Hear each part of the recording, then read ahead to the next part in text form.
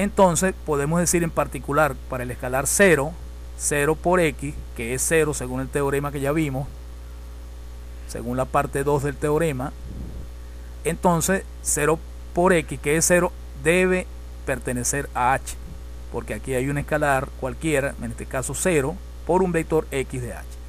Así que se está estableciendo que el vector nulo,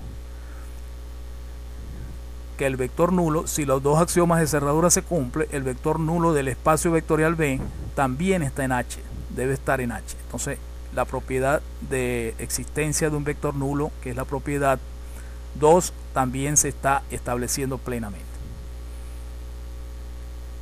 Y finalizamos haciendo ver la propiedad 3, que es la que falta por probar.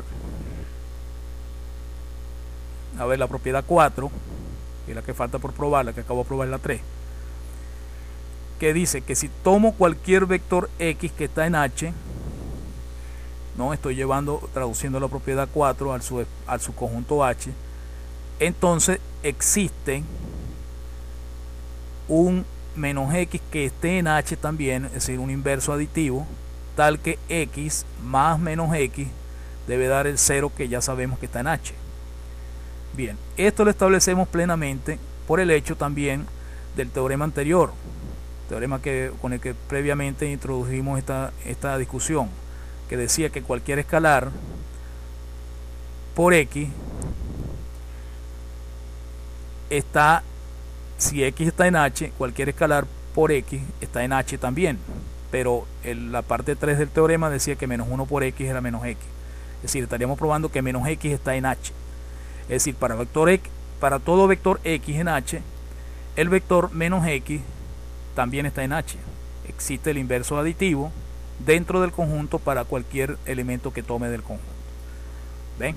Entonces, de esta manera, hemos establecido que todas las 10 propiedades son cubiertas, algunas por ser hereditarias, es decir, se heredan del conjunto espacio vectorial B, y otras que se pueden probar fácilmente haciendo uso del teorema que discutimos previamente y haciendo uso de las dos propiedades que estamos por hipótesis aceptando en H, que son las dos reglas de cerradura.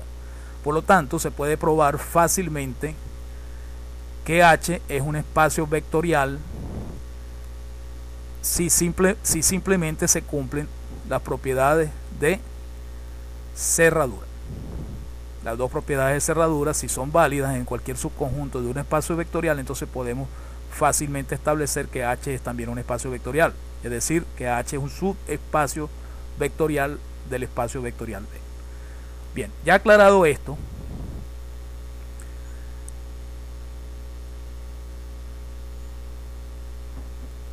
nosotros finalmente llegamos a la conclusión que queríamos. Es decir, para ver que H es un subespacio, lo que ya he repetido varias veces, basta comprobar que para cualquier par de vectores X y Y en H, la suma de ellos dos está en H, y para cualquier escalar alfa, la multiplicación de alfa por X también está en H. Y es la prueba suficiente para que consideremos H un subespacio vectorial del espacio dado. En la prueba anterior nosotros vimos un hecho que debemos resaltar aquí, que todo subespacio de un espacio vectorial, si tenemos un espacio vectorial B con sus dos operaciones definidas y tenemos un subconjunto H de B que también es un subespacio, entonces en la prueba anterior se hizo ver que el 0 del espacio vectorial debe estar contenido en el subespacio, y esta es una condición necesaria para que un subconjunto H sea un subespacio. Es decir, podemos hacer uso de esto, de que el 0 del espacio vectorial debe estar en el subespacio, en todo subespacio, para probar de la siguiente manera: si un conjunto que nos dan, que es subconjunto de un espacio, no contiene al 0, entonces tenemos que decir que ese subconjunto no es un subespacio de B, porque todo subespacio, como ya hemos probado en la discusión anterior, debe contener al 0 del espacio vectorial. Bien, porque el 0 del espacio vectorial es el mismo 0 del subespacio vectorial como espacio propiamente dicho. Entonces, como eso se vio en la misma demostración anterior, es necesario, es una forma de nosotros poder descartar en algún ejercicio, como vamos a ver en los ejemplos que vienen. Cuando un subconjunto no es un subespacio, simplemente podemos observar si contiene al cero del espacio vectorial. Es decir, usaremos este artificio. Si el cero no pertenece al subconjunto que nos dan, entonces concluimos que H no es subespacio del espacio B. Esta condición es muy importante, nos va a servir de gran ayuda para demostrar hechos de esta naturaleza. Bueno, empecemos con un ejemplo. El espacio o el subespacio trivial. Todo espacio vectorial tiene un subespacio trivial formado por un solo elemento, que es precisamente el cero. Es decir, el conjunto o el subconjunto del espacio formado por el cero del espacio es precisamente un subespacio, el más sencillo que podemos tener, que lo vamos a llamar el subespacio trivial. Es fácil probar, porque este subconjunto, vamos a llamarlo H, está formado por un solo elemento, y ese elemento es el cero. Entonces, si probamos las dos axiomas de cerradura, que ya dijimos que es lo que es necesario nada más probar para ver que es un subespacio,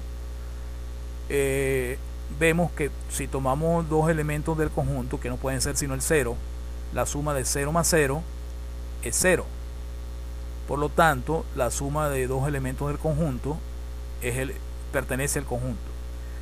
Y a su vez, multiplicar el escalar alfa cualquier escalar alfa por el elemento del conjunto, en este caso el único que puedo tomar es 0, alfa por 0 es 0, y alfa por 0 para cualquier alfa pertenece al conjunto. Entonces se establecen las dos propiedades de cerradura en este caso.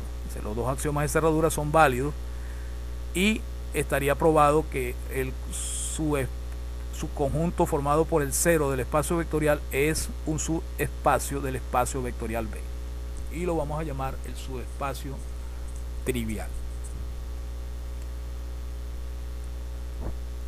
Bien, también vamos a establecer fácilmente en el ejemplo 2 que todo espacio vectorial es un subespacio de sí mismo. Por supuesto, si B es un espacio vectorial, cumple con los dos axiomas. En particular, cumple con los dos axiomas de cerradura, que es lo que se le exige solamente a un subespacio. Entonces, todo espacio vectorial es subespacio de sí mismo. Entonces, en los dos primeros ejemplos que hemos dado,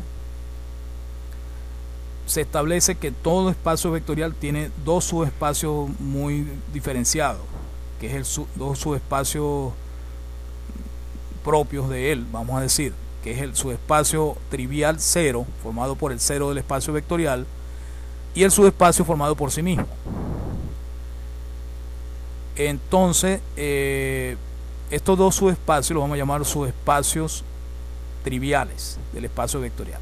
Los otros subespacios, que no son ni el cero ni el mismo, lo vamos a llamar subespacios propios del espacio vectorial, y vamos a ver algunos ejemplos que nos puedan orientar cómo obtener este tipo de subespacio. Bien, vamos a continuar con el ejemplo 3, que nos hace ver un subespacio propio de R2. Recuérdense que el espacio vectorial B R2 son todas las duplas de números reales XY, tal que X y Y son cualquier número real. Ese ya habíamos probado que es un espacio vectorial, es decir, que cumple con los 10 axiomas.